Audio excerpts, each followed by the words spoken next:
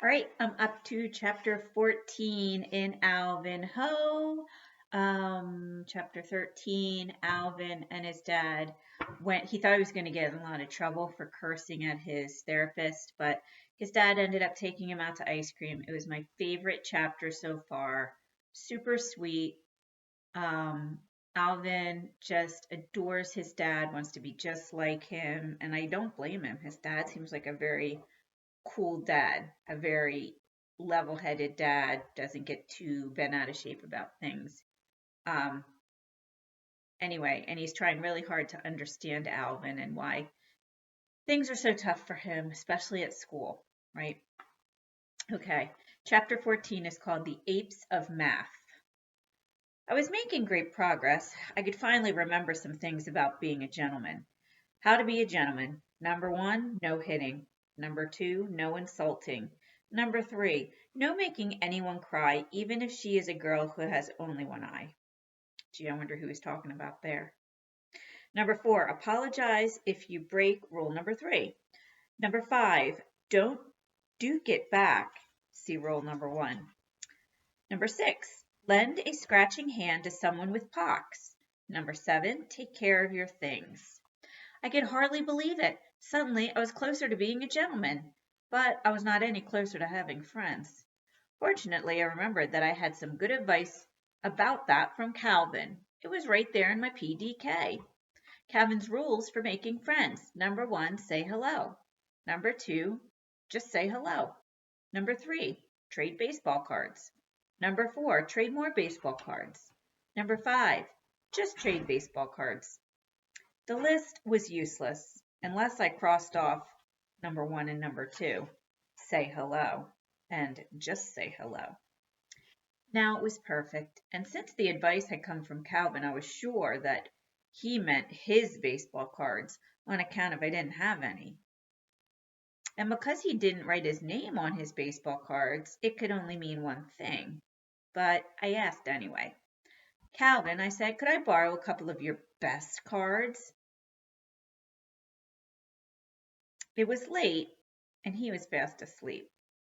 I should have been asleep too, but I am often up with my flashlight reading or making lists, because I am afraid of the dark.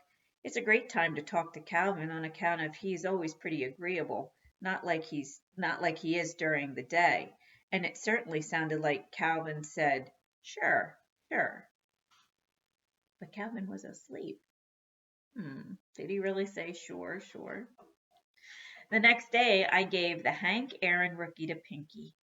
He said nothing. Then I gave him the Carl Yatsremensky.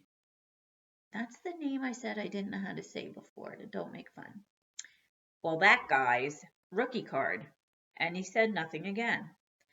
Well, then I had nothing else to give. Man, Pinky finally said.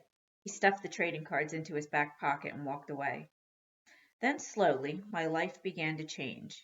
At recess, Pinky kicked the soccer ball past where I was standing. It was fantastic. Then, during library time, Pinky grabbed Sam's book, so Sam grabbed it back. Then Pinky took it again, so Sam kicked him, which made Nia jump on Pinky. All of this happened right in front of me, between the shelves on earthquakes and volcanoes, and the shelves on bats and whales. And if I had poked out my arm, I could have gotten it broken in several places, which is practically an invitation to jump right in, which I would have done if the librarian hadn't left first. Well, in math, we got a worksheet on the cost of Henry David Thoreau's house. How much did the house cost? It says. It looks like this. This is his worksheet. I'm going to read it. It says boards, $8.03. Used shingles, $4. Laths, $1.25. Two secondhand windows, $2.43. 1,000 old bricks, $4. Two casts of lime, $2.40. Hair, that's weird, 31 cents. Mantle tree iron, 15 cents. Nails, $3.90. Hinges and screws, 14 cents. latch 10 cents, chalk 1 cent, transportation $1.40, total $28.12. Math is okay.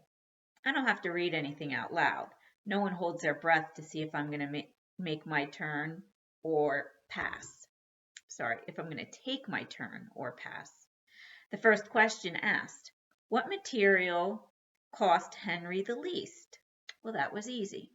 Next, how many bricks did Henry buy? Well, that was easy too. Psst, hissed Pinky. What's the answer? I was on his radar again, and I hardly could believe it. My dad and Calvin were right. Baseball cards really do work. Pinky leaned over and copied my answers onto his paper. Not only was I on Pinky's radar, but all my answers were on his paper too. And then he motioned for Eli to copy his paper. And then Scooter leaned over and copied from Eli. Ahem, said Flea. Flea has only one eye, which is okay, but unfortunately that eye sees everything, which is annoying. Cheaters are losers, she said disapprovingly. Cyclops are losers, Pinky hissed back. Oh, that's not nice. Flea gasped.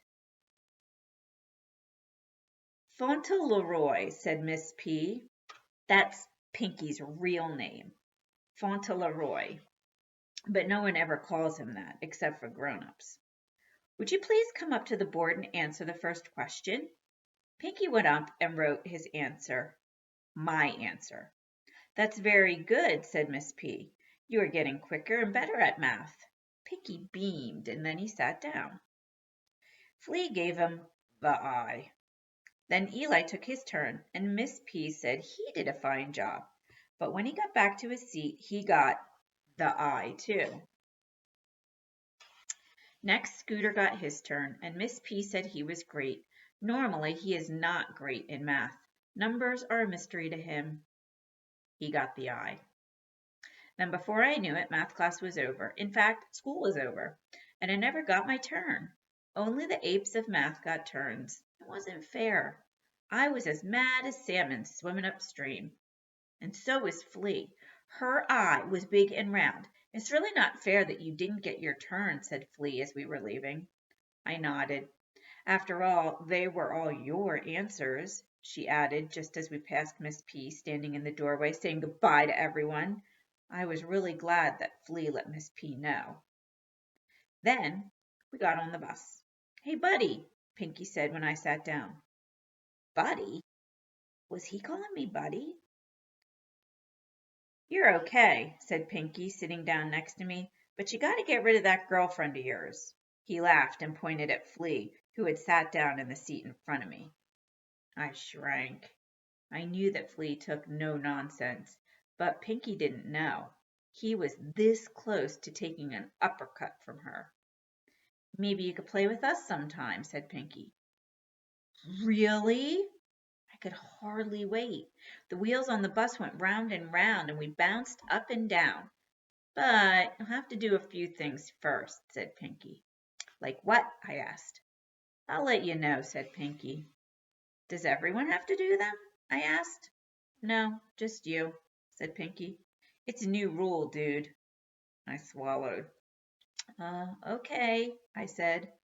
Dude. And that's the end of chapter 14.